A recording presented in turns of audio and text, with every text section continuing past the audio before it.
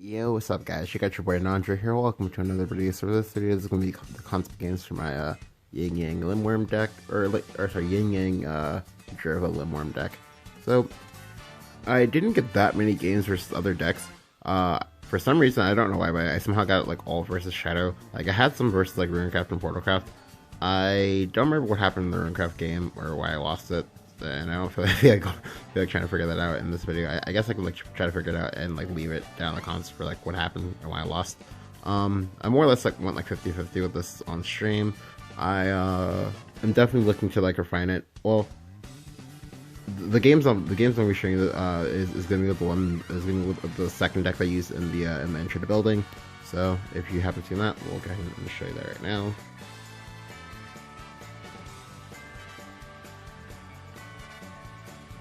I'm planning to play this again on stream on Friday,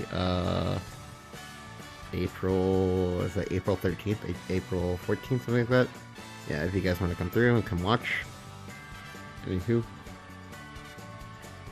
So we'll go ahead and start off the first game. I'll show you guys all 4 games.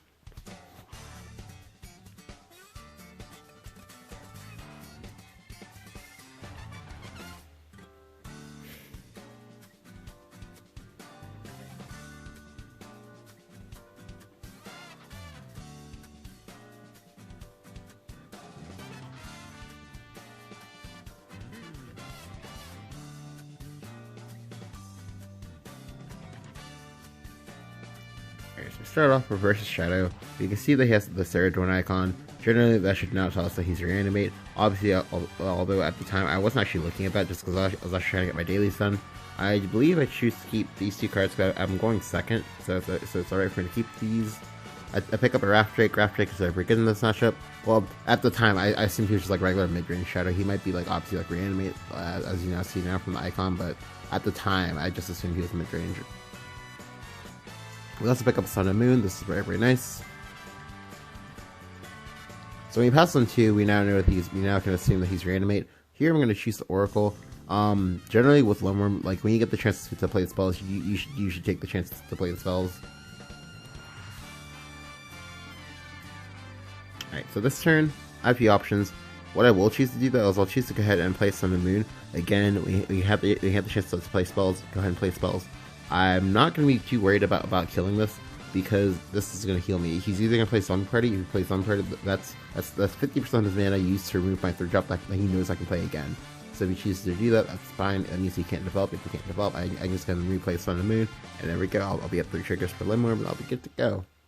You can't really go face either because the going face doesn't actually accomplish anything. Here he chooses to play Orthus. When he chooses to play Orthus, I'm like, wow, okay. So that's actually the single best answer he could have had. That's fine. What we can choose to do here is actually choose to go ahead and go Blazing Breath into Dragon's Nest, into Sun and Moon. The reason why I chose to do this is because like this way I get 3 more triggers. So that I'm only on 5 mana, but I'm already 50% of the way to my Lindworm.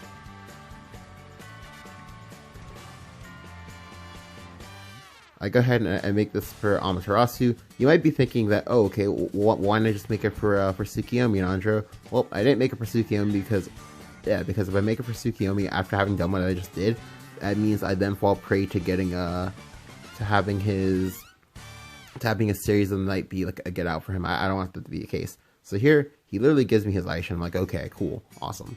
So as you can see here, now what I get to do is I go ahead and actually make a slight misplay. The correct play here is actually go ahead and play out Sun and Moon, and then Ayala, because we always want to have this for the rush, because having this for the rush is very, very relevant. But what we'll see me do here is we'll see me go ahead and play this into that. But this plays into Odile. Like if he plays Odile here, it means I'll have to either give him an Evo or give him something, and that's not good for me. Like I want to be able to continue playing Sun and Moon spam for as long as I can.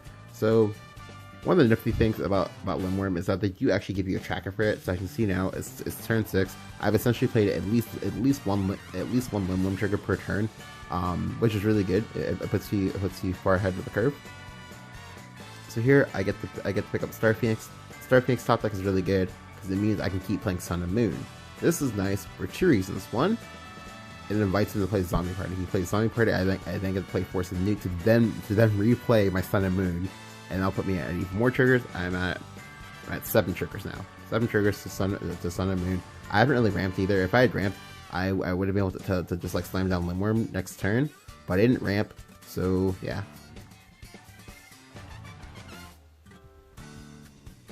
Yeah, so now I'm at 9 triggers. So again, if I had ramped, if I had been able to like play out something else, I would have been fine. But here he goes Death Dragon Color to replay his Odile to then evolve it, and that's really sick from him because it means I'm in an awkward spot. Because again, I do want my last Sun and Moon trigger, so I'll definitely do whatever I have to get it. So I'll go ahead and play Star Phoenix here, make the trade, to then play Sun and Moon, to then play Sun and Moon. I'll go ahead and evolve the Tsukiyomi. I'll go ahead and I believe I go ahead and trade immediately. This way I can hide information about the fact that I have a second Sun and Moon in my hand. Like, it doesn't really matter what I overdraw, because yes, I am going to overdraw. This is where having like double Star Phoenix and double Sun and Moon it kind of become like an issue, because like if you do draw them, you feel very, very bad about yourself, and it's like awkward to do things. But here he plays Orcus or Orthus. And now, thankfully, a lot of people, they would have been like, okay, well, I can't really play Lindworm on this board because, you know, what about Aisha? Well, at the moment, Aisha doesn't kill me. He's actually 1 damage off lethal. 1 damage off lethal if he has Aisha. So we'll go ahead and slam down Lindworm here. We'll make it the Iniquitous Lindworm. We're not going to evolve this Lindworm. The reason why we don't evolve this Lindworm is because if we evolve the Lindworm, it suddenly gives him an out of Soul Splasher, possibly. I don't want him to have the Soul Splasher out because I want him to be forced to make as many trades as humanly possible into this thing. He makes the trades. If I need to, I can do other things. Well, I'm just like waiting to draw a third Lindworm, but he needs to heal for a lot. He needs to heal for at least 4 points of HP. No, sorry, he needs to heal for at least 5. Well, at least 5, if he suicides his series into this, and for at least 2 if he somehow kills us without suiciding into this. But like, he physically needs to do that. Like, I believe the only get out it would be for him to have Troth's Curse, or well, sorry, either Troth's Curse, Big Soul Hunter, and then series, one of the two into series, and that'd be good enough. But here he slams on Zeus. He then also evolves the Zeus to trade. Like, this didn't accomplish anything. This is not a good play. I understand why he made this play. That's not a good line. Yeah, because like he was at 11. Dragon can't kill you from 11. It's so hard for Dragon to kill you from 11. Like, but anyway, we slam down the second Iniquitous Lindworm, and we're able to just like take the game. So the big thing about this game is that like we found our Sun and Moon early, we found our Star Phoenix early, so we were able to just like make the plays we needed to make. We were even able to conserve ethos too on top of all of that. So that was really cool. We were just able to like, you know, take it.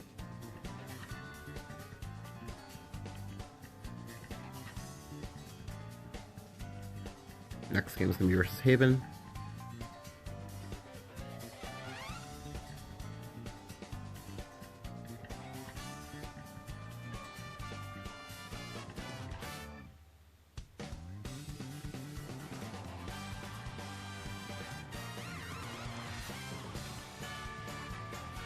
So I'm going first.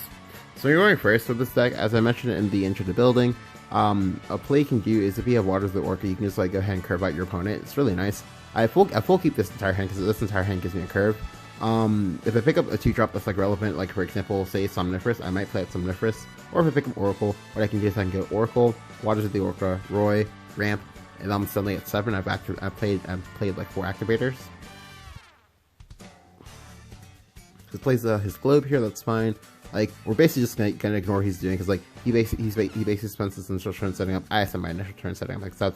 My deck goes a little bit bigger than his deck as long as I can do relevant things before he gets to about like 7.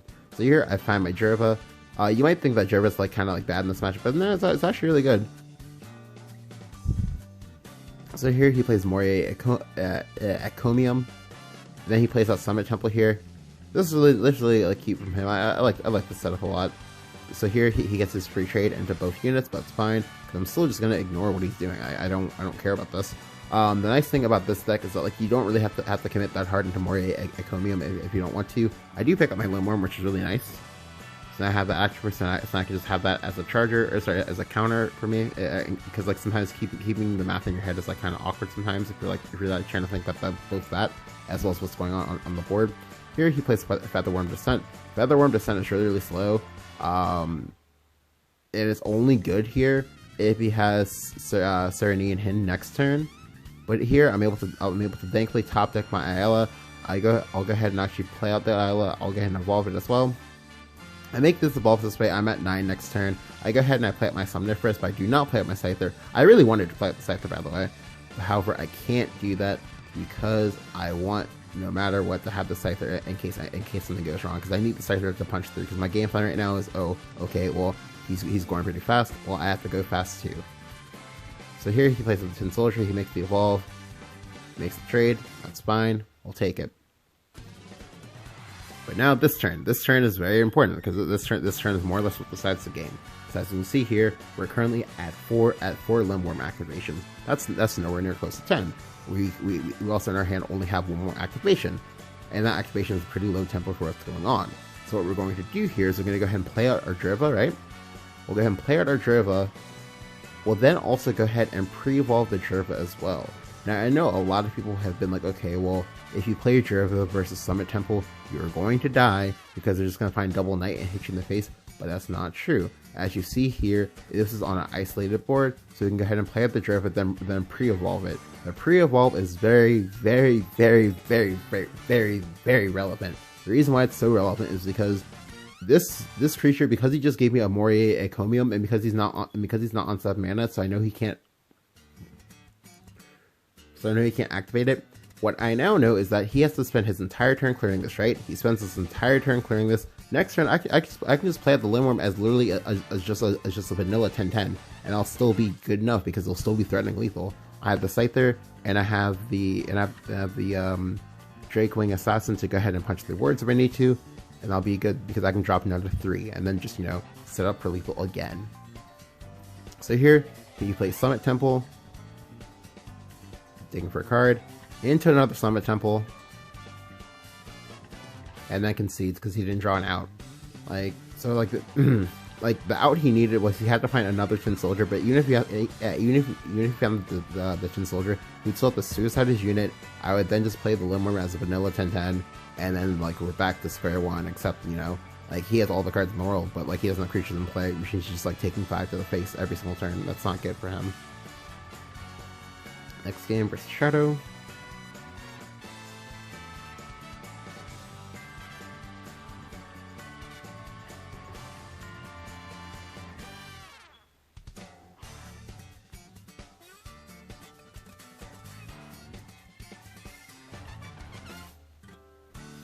So going second, you pick up the Driva. Driva's less good in this matchup. I mean, it has some uses, but like, but it's not what I want to aim for because like I don't yet know off the top of my head if he is or isn't reanimate or not. Like these mid range that go horribly wrong if I don't find AOE's, things like that. So we'll keep the Roy. Roy is a pretty safe keep. We pick up Blazing Breath. We have the Sun and Moon, so we can go ahead and get started early. So he plays with the Gloomy Necromancer. This now tells us that he is reanimate. Thankfully, he bins a Soul Splash with this relevant information for us because we are going second, so we have a lot of Evo points. So we'll go ahead and Oracle here. He plays Singer. That's fine. I don't care about that. That's perfectly fine. I'll take it. Sure. So here, we'll go ahead and we'll play an initial Sun and Moon. Again, when you can play spells, you usually want to play spells over playing the creatures. Also, again, Blazing Breath away his 2/1. So this way, if he wants to go face, that's fine. That's fine by me. I don't care. You go ahead and do that. You want to play a Skull Ring? That's fine by me too. I don't care. So he plays a Singer here. That's fine. Again, none of these things matter.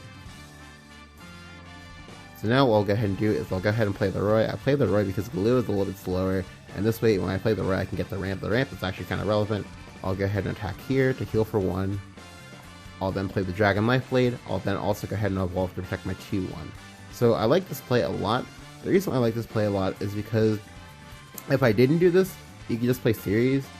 But now if you place the series, I go ahead and kill the series for free, and I can then go ahead and play the Dragon Horde if I like. Here he plays Gloomy Necromancers, bins another card. This is I was actually really surprised when he decided to bin that Belenus. Like Belenus was actually a perfect player to this board, but instead he decides to go for this instead, and that's, you know, that's fine. That's fine with me. I'll go ahead and take it. Like you don't want your premium clears, sure, by all means. So now I get another Sun and Moon. So now what I can do is, again, we want to get as many triggers as possible. I believe we have Oracle, Sun and Moon, Dragon Life Blade, Blazing Breath. So we're currently at 4 triggers on 7 mana. That's good. We're making good progress. Now let's go ahead and try to figure out how much more we can get. Here, the optimal place to go: Dragon Horde first. Well, you can either, as long as you do either the Blazing Breath or the Dragon Horde first, that's fine. But the idea is they want to play the Sun and Moon last. So you do this, right? You do this, hit the poor one, obviously. You then go ahead and play the Sun and Moon. You play it for for Amaterasu. You then go ahead and play the Dragon Horde. The Dragon Horde is really nice to have in your hand already, just because like you want to try to get as much value from it as you can when you can. And now by doing it this way, you have two 2-mana spells in the back. He knows that you have 4 damage, and you're pushing some face damage as well. Yes, he could play Series here, but you have things to beat over the Series. So here he plays Ceridwen, Eternity Hunter. I'm like, okay, sure, that's fine. I already know 100% that knowing him, knowing everyone, most everyone just gets the they just immediately go for the Eternal Potion no matter what. But that's fine, I don't care. So all I'll go ahead and do here is I'll go ahead and play out the second Dragon Horde I just top decked, and I'll go ahead and play out my Maelstrom Dragon and go face. I like doing this because even if he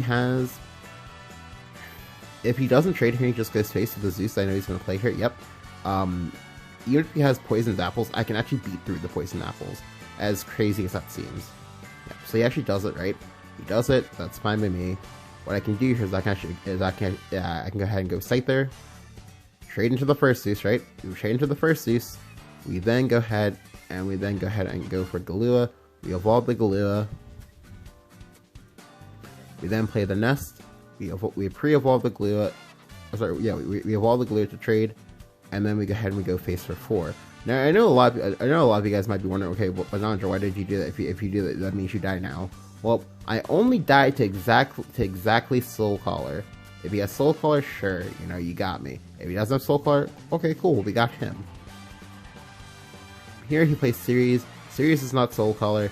I thankfully outramped him, so he's not going to be anywhere near close to 10 mana yet. So he goes up to 6. If he needs to have a removal spell here. Okay, he has a removal spell, that's fine with me, I don't care. Like, it's annoying, but I don't care that much. Because again, we go up to 12, so at 12 we don't die to Aisha. So now what we can do is we can go ahead and play Force of the Newt. Unfortunately for us, our Lindworm was just barely not activated here. It was at 9. That's fine. We can go ahead and just play Sun and Moon again, and then go ahead and play Maelstrom Dragon and hit him for 2. Now the hitting him for 2, that's not really that relevant, because like he needs to heal for 9. Oh, sorry, no, he would need to heal for 7. Not including the series heal in order to be able to live. That is impossible for Shadow to do in 1 turn. So we know that as long as we don't die here, we win. Here he plays Reap Life into Zombie Party. So I'm assuming because he played the Reap Life, that meant like he had like 2 more in his hand or something weird like that. But that's fine. I don't care about that because, okay, look at that, we won. And so here I just landed on the Lindworm, and that's game. Iniquitous Lindworm. So again, the big thing about this match was that like we saw the outs that we needed to go for. Like we knew that he needed to have exactly 1 card. There's exactly 1 card in his entire deck on the mana points that he's on that will kill me from that spot. And we just we went for it. Like if he played anything else that wasn't killing us, we still had outs. We could still just like draw into the stuff we needed. Like we still had like 2 turns of being able to just like clear his board and just like being able to like set the lethal if we needed to. That's really good. That's that's the kind of spots you need to find yourself in. As you saw there, like that was also a game where I only needed the 1 Lindworm to kill him, because like generally when you're playing this deck, you want to be in a spot where you need exactly 1 Lindworm to kill them. You don't want to need double Lindworm, because finding space to play two I only hit face card is very, very difficult. So now this is gonna be the last game. Oh look, it's my boy Python.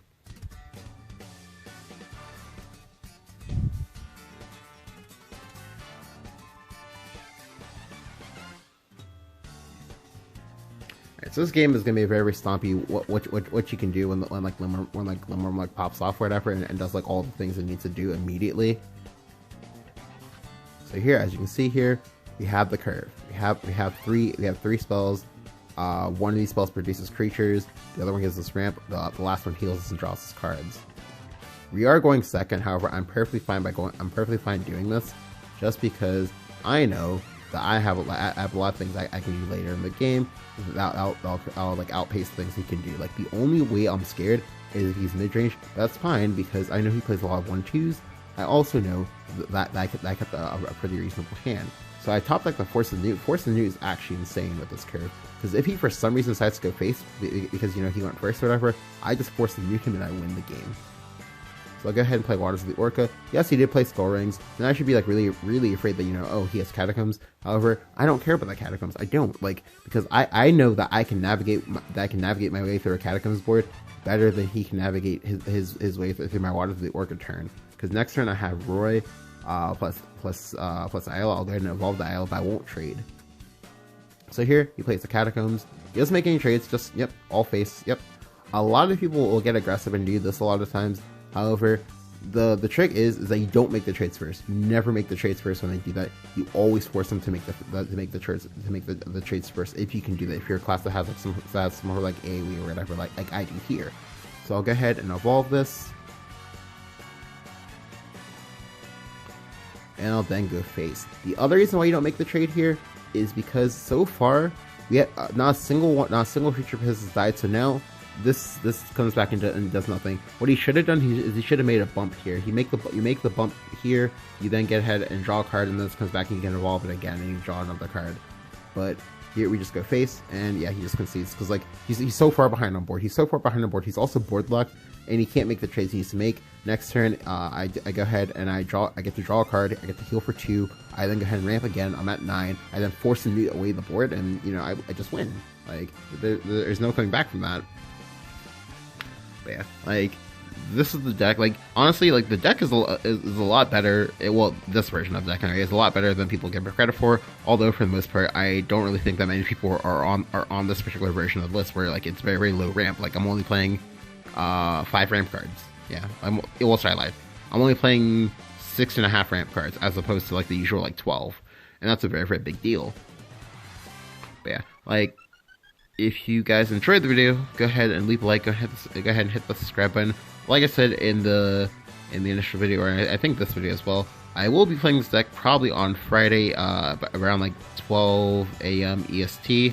If you guys want to go ahead and stop through, I usually leave my link to like my Twitch down in the description of the video. But yeah, let me know your thoughts on Lindworm. I would love to hear them, as long as they're like constructive and whatnot. But yeah, thank you guys for watching, and I will catch you guys next time.